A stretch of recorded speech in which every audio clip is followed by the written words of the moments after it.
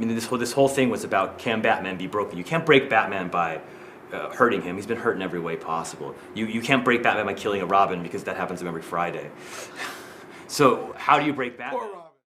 Welcome back to the channel. We've got Larry Bernard. He's an independent comic book writer. He's a contributor to Midnight's Edge. He's contributed here to Comics Aficionados, many live streams. How are you doing today, Larry? I'm doing great. It's a great morning here in sunny Florida, where we actually have decent weather because it's nice and cool finally. Well, we had a tropical storm here that just rolled through, and looks like we're going to have some sun tomorrow, so that's nice. So, I've been talking about Tom King's Batman, it's Heroes in Crisis, for basically since I launched the channel, and I'm always pointing out kind of the same tropes. It's the pretentious writing, the inclusion of poetry and classic literature where it doesn't make sense, and it just bogs down the story, jumping from plot to plot with no rhyme or reason, no explanation how you got here, basically not explaining anything in his stories. Things that are really easy to notice. Being a writer yourself, we've talked about this, in depth, offline, and you had identified something else that's affecting Tom King's writing, a different trope that's a little bit beyond anything I had been thinking of. Can you explain what Sure. You see in Tom King's writing? Maybe some places where our viewers may have seen it in a bigger medium. Absolutely. So they understand. So we are all talking about in this space in a sort of counterculture way about how, there's a culture war going on in our media. And there's a lot of really deep thinking about it. So there's a type of literary theory called the trauma theory of literature. And there's a lot of really complicated stuff we could go on for a whole lot of time talking about, but I'll condense it down.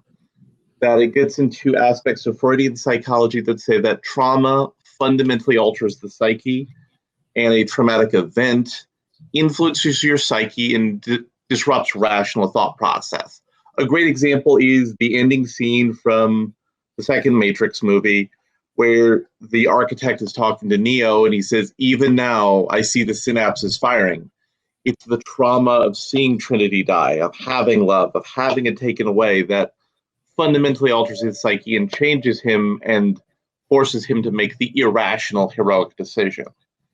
So trauma theory of literature talks about how trauma changes how we think, and also how trauma changes identity. So if you're a creative writer like a Tom King or a Bryan Michael Bendis, or also you see this with how Luke Skywalker was written in The Last Jedi, this is a perfect tool if you want to construct a character, deconstruct a world, deconstruct a trope, and seem a lot smarter than you actually are about that. And trauma stories also ties in with intersectionality. So if you have a traumatic narrative about a person who is white, it's all about him being destroyed, how his world is completely destroyed and ruined, like Tom King's Batman through his whole sad sack march in Wally West. But if it's a person of color character, you get into a situation like Eric Killmonger from the Marvel movies. His fundamental tragic experience with the death of his father led him to become a brutal, horrible warrior and killer, but as an anti-villain. He became a brutal monster to try to right the wrongs of the world. And that's how intersectionality combines with literary trauma theory to create some of this trash we're seeing, basically. That's how I envision Tom King's writing. It's garbage. The poetry he uses, I am sure if I broke down all the poems and I did like a literature review, you would find these poems listed in literary theory of trauma as poems discussing trauma, or being evocative of trauma, or being connected to how the emotions of trauma are played out in literature. So you're saying that he read some psychology books and maybe a page or an essay or two on trauma theory and literature, and is trying to apply it to Batman? I'm thinking he's applied that not just to Batman. He applied it to Mr. Miracle. He applied it to Wally West. He's going to be applying it in the New Gods movie, I am sure. Well, with the New Gods, it makes more sense because, Apocalypse, Fourth World is essentially hell. It's trauma is the experience there, but you think that he's misusing it? Well, I think it's something that should be used subtly. So I saw Ford versus Ferrari recently. So the narrative idea of trauma theory was used there effectively. So Carroll Shelby won the 24 Hours of Le Mans, but shortly after that, he had a heart condition discovered that prevented him from being a racer. So it was that anxiety in the heart, that anxiety you feel when you're suffering from a heart condition, that impacted how he made decisions and how those decisions ultimately allowed him to break through the status quo and achieve victory with Ford's team at Le Mans. So that's how you use trauma theory more appropriately. Not and how would you say like King is using it specifically, in Batman, because that's the run that's about to come down. That's what we've been covering it here pretty hard for the last couple weeks. So did you ever watch The Prestige? They have an opening that talks about the 3 phases of a magic trick. You show somebody ordinary, you do something extraordinary, but that's not the trick. The trick is bringing it back. And Tom King uses these complex, I'm a really deep thinker, literary theoretical tricks to do the second stage, but he never does the third. He never sticks the landing in the third. Batman, woe is me, my parents are dead, I've been suicidal, so I'm going to foolishly throw myself into a marriage, and then she leaves me, and then I'm even more depressed, and then I metaphorically fight my father so I can metaphorically marry my mother, and you're not going to see Bruce Wayne come out of that as a new psychological person. Because Tom King doesn't have a ending of where this traumatic experience has made Bruce a different person that will fundamentally change the character. Batman's driven by my parents are dead. So this story structure that Tom King built over quote unquote 100 issues should have been to set a new core status quo, a new drive for Batman. And he's not done that.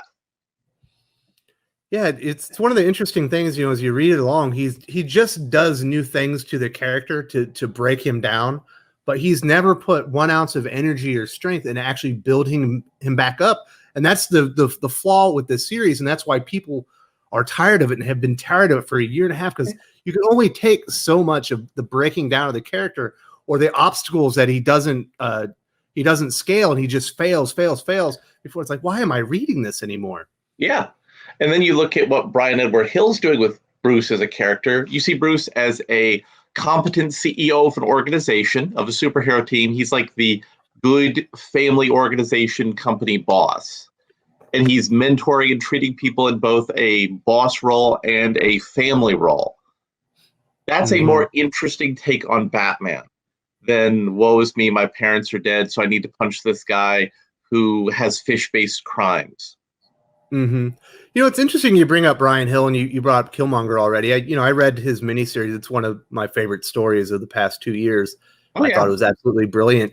But in there, you kind of see what you're talking about, because he's kind of abandoned at the beginning, and he overcomes. He gets his life together. He gets his degree. Gets kind of sucked into the world of crime. Has something very traumatic to him. Loses his mentor. Thinks he's in love with this woman. That doesn't work out. She turns on him. But in the end, he comes out an elevated character and essentially a supervillain, because he's taken all that trauma and elevated himself through it. Exactly. But also you could also view that as a dark path of the trauma theory. Absolutely. Whereas Killmonger could have went out that path and said, betrayed by these criminals, maybe I need to build a better world. But that was definitely not the character Brian Hill was writing. He definitely was writing Killmonger not as an anti-villain, but as a straight-up villain. Well, because it's a prequel to the movie. So his end state was predetermined before he started the series. Well, actually, Brian said it was more tied in, so it would be something that would be evocative of the movie, but also would tie into what was going on with the character at the time.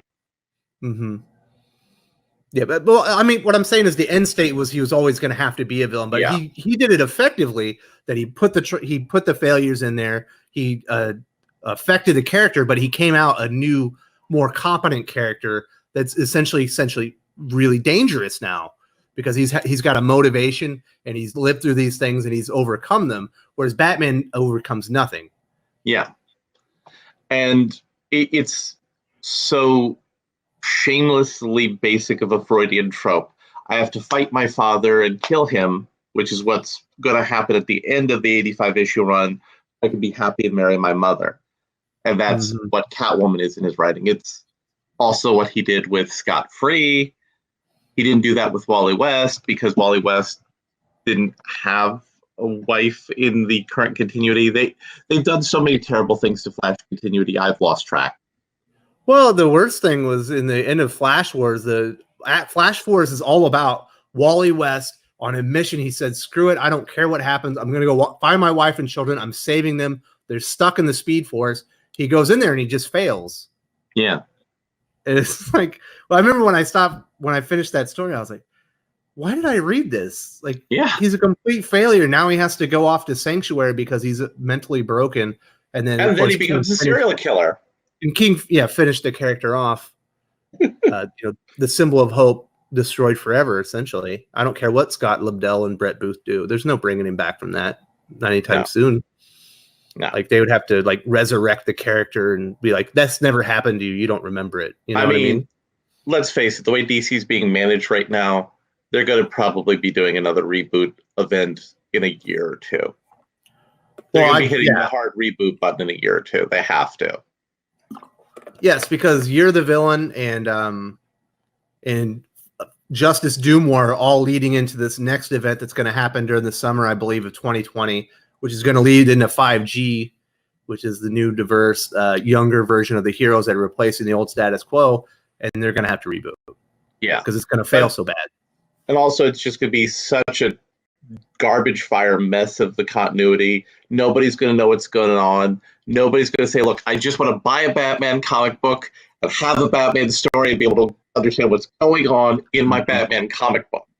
Yeah, they're going to need a new jumping on point because the only people that are going to understand what are going on are people that have been reading for 4 years. Yeah. Mm-hmm. So, getting back, let's finish up the trauma theory of literature. Is there anywhere else that you're seeing this at DC Comics specifically, or maybe even at Marvel, or people who are using this literature? The Doom Patrol TV series on DC Online. Is it? That's the entire point of all the characters in their first season. They're all going through their trauma. They've all hit a point where they say, yeah, this is me. This is a fundamental part of who I am. And I'm going to just power through that and become the hero. That was the entire arc of the series. So I haven't really been watching Doom Patrol. I haven't really even been talking to people. Is that another one where it starts out good and then people are just like, what am I watching now? No. The characters start off broken messes. Your point of view character is Brendan Fraser as a NASCAR race car driver who gets stuck in the body as Robot Man, and he has to learn how to do literally everything again. You have a character with multiple personality disorders. You have an actress who has her powers connected as a sort of eating disorder allegory. So they're all traumatic, broken messes, but they become good at the end. So that's effective use of this literary theory of storytelling. People are broken. They come to terms with their trauma. They understand how their trauma influences their thoughts and how they approach the world, and then they use it to make the world better. So in your opinion, Tom King's Batman wasn't always doomed to fail because he's using this literary device. It failed because he used it inappropriately or didn't know what he was doing. It's doomed to fail because, as they said, the Prestige, making something disappear isn't a magic trick. It's making it come back. Making Batman disappear into a broken sad sack of a mess of a person isn't the magic trick. The magic trick is how Batman comes out of that literal pit of despair to fight his way back, to save Gotham, to restore the trust in his family, and be the hero he's always been. And say, I had this tragedy in my life. I always thought I was suicidally depressed and that was what drove me. But no, I found out when I hit absolute rock bottom, this is what drives me. This thing right here. So he should have read more of Frank Miller's Daredevil. Yeah. Literally, Frank Miller's Daredevil is the trick he needed to do for the third act of this giant train wreck he's taken us all on. So, well, thank you very much, for explaining that. For me and the viewers, I think people are going to find this very interesting, and I think they'll start seeing this theory being played out in more mainstream stuff, and be like, oh, that's how it was supposed to be used. Yeah, and if you Google this theory, you'll then look at all of these quote unquote SJW approaches in media. You'll say, oh, they're trying to do this thing that's kind of smart, but they're doing it in the stupidest way possible because they don't want to put in the work of developing a good story. They're using a good tool, but they don't know how to use it. Right. And that's why even Alan Moore says, I overdid it with deconstruction. I went too far in places. But unfortunately, all of these people have learned the wrong lessons from Alan Moore. Absolutely. I agree with you 100% there. That's another video, though. So, Larry, thank you so much for joining me today. Can't wait to have back on the Comics Aficionados and talk maybe some more literary theory in the future. Cool. Later. Later. If you enjoyed this video, please give it a like. I would appreciate it very much. It helps us attract more views for the channel. Subscribe for future commentary, comic book news, and reviews. And don't forget to ring the bell for notifications. If you want to talk comics, movies, and much, much more, you can follow me on Twitter at Wes_from_TC. With that, Salamat Po, and I'm out.